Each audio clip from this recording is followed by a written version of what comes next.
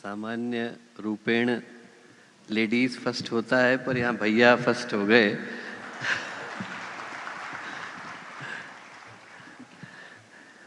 परम पूज्य गुरुदेव परम वंदनीय माता जी की दिव्य उपस्थिति को साक्षी मानते हुए श्रद्धेय डॉक्टर साहब श्रद्धा जी के दिव्य मार्गदर्शन को अनुग्रह के रूप में स्वीकार करते हुए एक बार माँ गायत्री के पावन मंत्र के साथ मैं अपनी बात को आरंभ करना चाहता हूँ।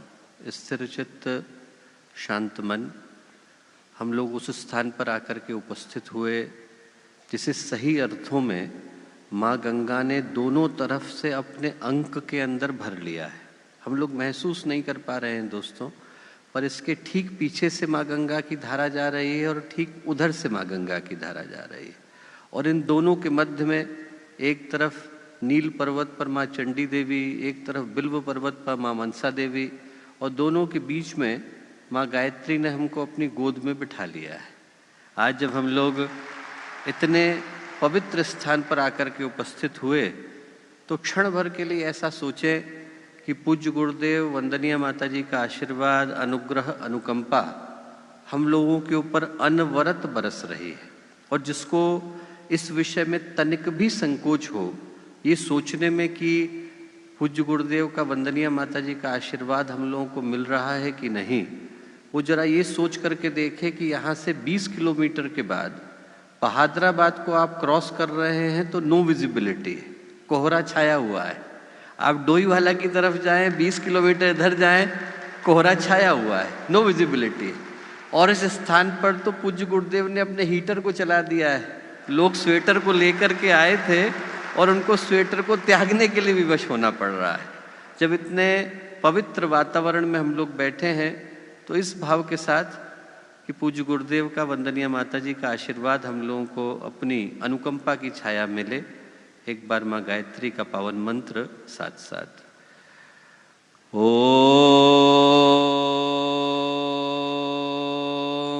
भूर्भुवः स्वः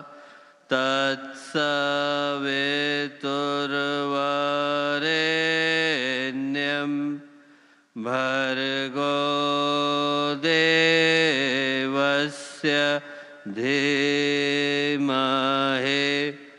धियो यो नः प्रचोदयात्।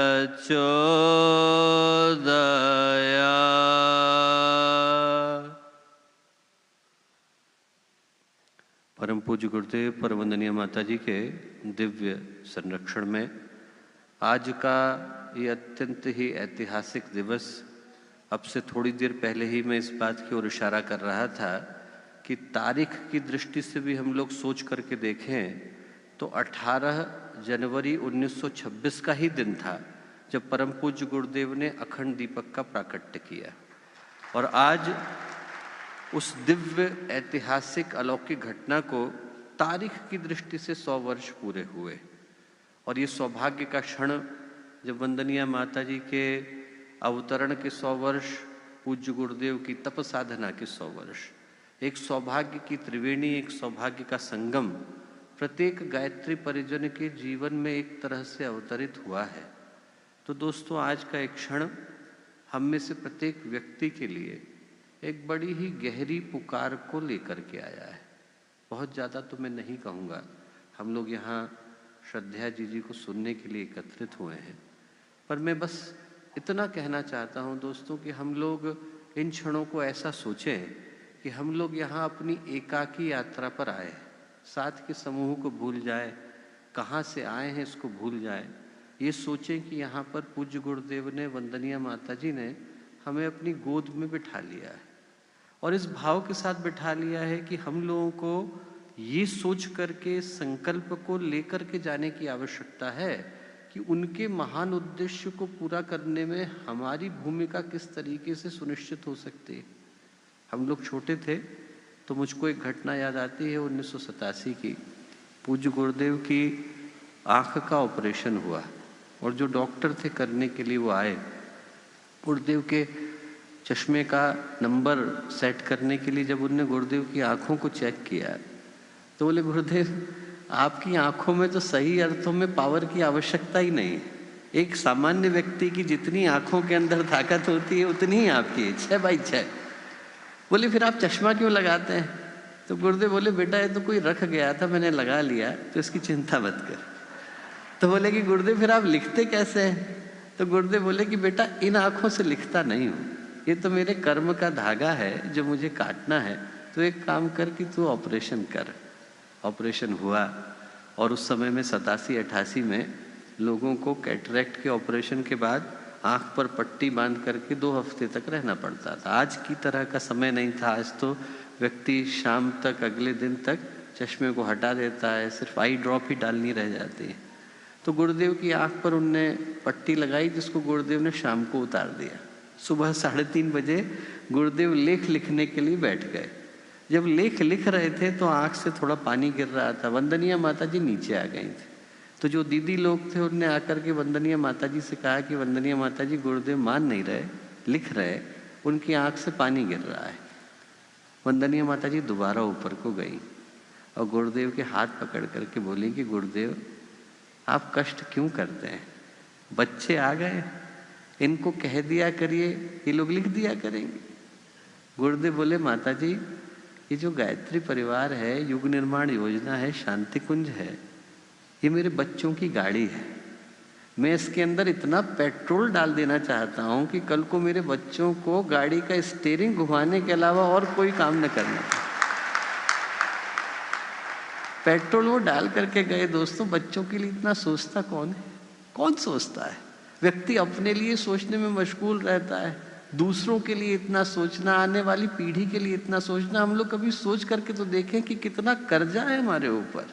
हम लोग अपनी हड्डियां बेच दें, मांस बेच दें, अपनी चमड़ी उधार करके फेंक दें, एक एक खून का कतरा चला जाए तो भी मैं नहीं समझता कि हम लोग गुरुदेव के ऋण से ऋण हो सकते हैं।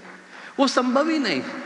आज हम लोग बैठे ही इसलिए हैं, इसी बात की चिंता करने के लिए बैठे हैं कि गुरुदेव ने जो उद्देश्य हमें दिया कि इस गाड़ी के स्टीयरिंग को सही दिशा में थामने की आवश्यकता है, और उसी को हम लोगों ने इस सम्मेलन का मुख्य आधार बनाया है। हमारे कार्यकर्ता कैसे हों, हमारे केंद्र कैसे हो, हमारे कार्यक्रम कैसे हो, ये 3 चीजें यदि सुनिश्चित होती हैं, काम करने वाले का भाव, जो केंद्र है उसका उद्देश्य, उसके अंदर चलने वाली गतिविधियों का स्वरूप, तो निश्चित रूप से आने वाले भविष्य की रूपरेखा सुनिश्चित हो पाती है। हम लोग आज के दिन इसी बात पर चिंतन करने के लिए, आने वाले भविष्य की रूपरेखा को रखने के लिए यहाँ पर आकर के एकत्रित हुए। और एक दर्द है, मन की पीड़ा है। एक पीड़ा ये है दोस्तों कि गुरुदेव वो भगवान थे। मैं नहीं कहता उनको महापुरुष, मैं उनको महामानव नहीं कहता हूँ। मेरी दृष्टि में गुरुदेव भगवान ही थे दोस्तों। और भगवान इसलिए थे क्योंकि उनने हर उस व्यक्ति का ध्यान रखा। बड़े लोगों का ध्यान रखने वाले हजारों हो जाते हैं, पर हर उस व्यक्ति का ध्यान रखना जो जिंदगी में कभी आया, कभी मिला, कभी थोड़ी देर के लिए उनके पास रुका, ठहरा, और चाहे गुरुदेव के लिए कुछ भी बोल करके गया, गुरुदेव ने उसके भले के लिए सोचा, आगे बढ़ाने के लिए सोचा, ऊंचा उठाने के लिए सोचा। दोस्तों मेरी दृष्टि में वो भगवान थे, और मैं चाहता हूं कि दुनिया को पता चले कि गुरुदेव कौन थे। हमारा जो दर्द है, हमारे मन की पीड़ा है, हमारे अंदर का कष्ट है, वो यही कि गुरुदेव हमारे लिए पीएचडी का टॉपिक नहीं थे, हमारे लिए समाधि का पत्थर नहीं थे, हमारे लिए एक तस्वीर नहीं थी जिनके आगे हम लोग पुष्प चढ़ाते हैं। हमारे लिए गुरुदेव जीते जागते भगवान थे, हैं और रहने वाले हैं। दोस्तों हम लोग यहाँ पर उसी कष्ट के लिए, उसी वेदना के लिए, उसी पीड़ा के लिए, उसी अनुभूति के लिए आकर के एकत्रित हुए। आज का जो दर्द है वो आपका भाई होने के नाते आपके आगे कह रहा हूँ, क्योंकि जब बाकी का मंच सजा होता है, बाहर के अतिथि आते हैं, तो वो बातें हम लोग नहीं कह पाते जो अपनों के मध्य में कहना चाहते हैं। जो अपनों के मध्य के कहने का दर्द है वो इतना ही है दोस्तों। आपका भाई आप लोगों के सामने इतनी ही पीड़ा को लेकर के खड़ा हुआ कि हम लोग वो आने वाले समय के सामने विरासत छोड़ करके जाए जो पूज्य गुरुदेव हमारे माध्यम से चाहते थे। इतना, इसके अलावा और कोई चाहत नहीं। हम लोगों की चाहत मात्र इतनी है कि आने वाले समय की वो जो रूपरेखा है, भूमिका है, वो उसी भाव के साथ सुनिश्चित हो जाए। क्या करके जाएं? आज जो भी कुछ है हम लोग वो गुरुदेव के कारण तो हैं। यहाँ कहीं भीड़ में सरिया मामा जी बैठे होंगे, उनके हाथ पैर नहीं चलते थे। जब गुरुदेव के पास ले गए, उनको ले जा करके रखा, तो गुरुदेव के माता जी ने, उनकी माँ ने कहा कि आप गुरुदेव आशीर्वाद दीजिए कि इसके पैर में शक्ति आए। गुरुदेव ने पैर पे हाथ रखा और बोले पैर में शक्ति की छोड़ दे बेटा, ये दौड़ दौड़ कर मेरा काम करेगा। और जिस क्षेत्र के वो रहने वाले, उस क्षेत्र के आसपास के कम से कम 30 शक्तिपीठों को उनने भाग भाग करके खड़ा किया।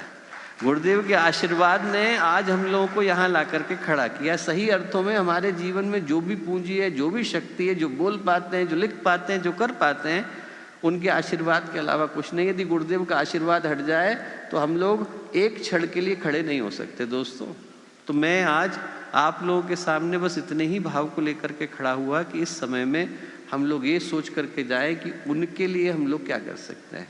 आज के दिन चूंकि ये पहला ही दिन है, मैं कहूँगा कि आने वाले 5 दिनों के लिए जिस भूमिका को मन में बिठाने की आवश्यकता है, उसमें से पहली तो यही कि हम लोग ये सोचें कि हम लोगों को अपना एक मंत्रालय खड़ा करना है। आप सोचेंगे मंत्रालय कौन सा है? मंत्रालय तो मंत्रियों का होता है। एक मंत्रालय मंत्रियों का होता है दोस्तों, और एक मंत्रालय मंत्र का भी होता है। हमें गायत्री मंत्र के मंत्रालय को बनाने की आवश्यकता है। आज के दिन से हम लोग साधना के संकल्प को शुरू कर रहे हैं, और उसके पीछे का भाव यही है कि ये मिशन इतनी ऊंचाई पर पहुंच पाया क्योंकि इसके आधार में, इसकी नींव में पूज्य गुरुदेव की 24 वर्षीय तप साधना, 24 वर्षीय गायत्री महापुरुष चरण की साधना और 100 वर्ष की अनवरत साधना। उसी ने इसको तप दिया, उसी ने पुण्य दिया, उसी ने प्रकाश दिया, और उसी ने ये सब कुछ दिया जो आज देखने को मिलता है। उस आधार को दोबारा से हम लोगों को खड़ा करने की आवश्यकता है। यहाँ से सिर्फ एक गहरा, मजबूत, अटूट संकल्प लेकर के जाने की आवश्यकता है कि हमारी साधना के ऊपर आने वाले 100 वर्षों का भवन खड़ा हो। हर व्यक्ति के लिए वो संकल्प पत्र पहुंचा दिए गए हैं। हर व्यक्ति से यही आशा है और यही अनुरोध है और यही अपेक्षा है और यही भाव भरी मनुहार है कि वो साधना के संकल्प को अवश्य लेकर के यहाँ से जाएं। जो पहली कामना और पहली याचना कि हम लोगों को एक मंत्रालय खड़ा करने की आवश्यकता है।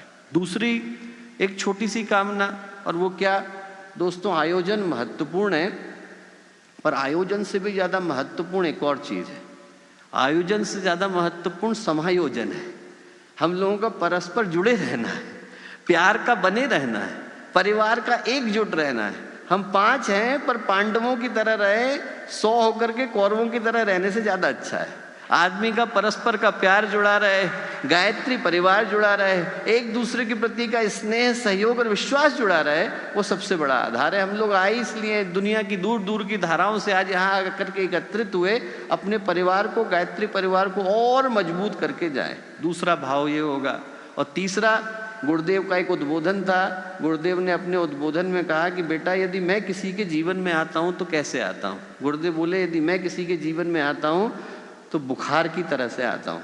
किसी को बुखार आ जाए तो बुखार के अलावा व्यक्ति को कुछ सूझता नहीं है।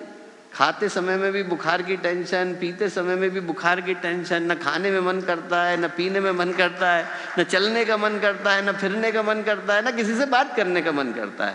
तो मैं यही कहूँगा दोस्तों कि आप सबके ऊपर गुरुदेव और माताजी के नाम का बुखार आ जाए, उनके अलावा आपको कुछ सूझे नहीं, न खाने का मन करे, न पीने का मन करे, न चलने का मन करे, न और कुछ करने का मन करे। बस एक ही मन करे कि गुरुदेव के काम को हम लोग कैसे कर सकते हैं। भगवान करे कि वो बुखार आए और फिर कभी न जाए, वो जीवन भर के लिए आए। जब आए तो इतना गहरा आए कि मन में, सांसों में, हृदय के अंदर, भावों के अंदर, हर जगह पर वही दिखाई पड़े, और इतने गहरे दिखाई पड़े कि उनके बुखार के आगे दुनिया की सारी दवाइयाँ फीकी पड़ जाए। ईश्वर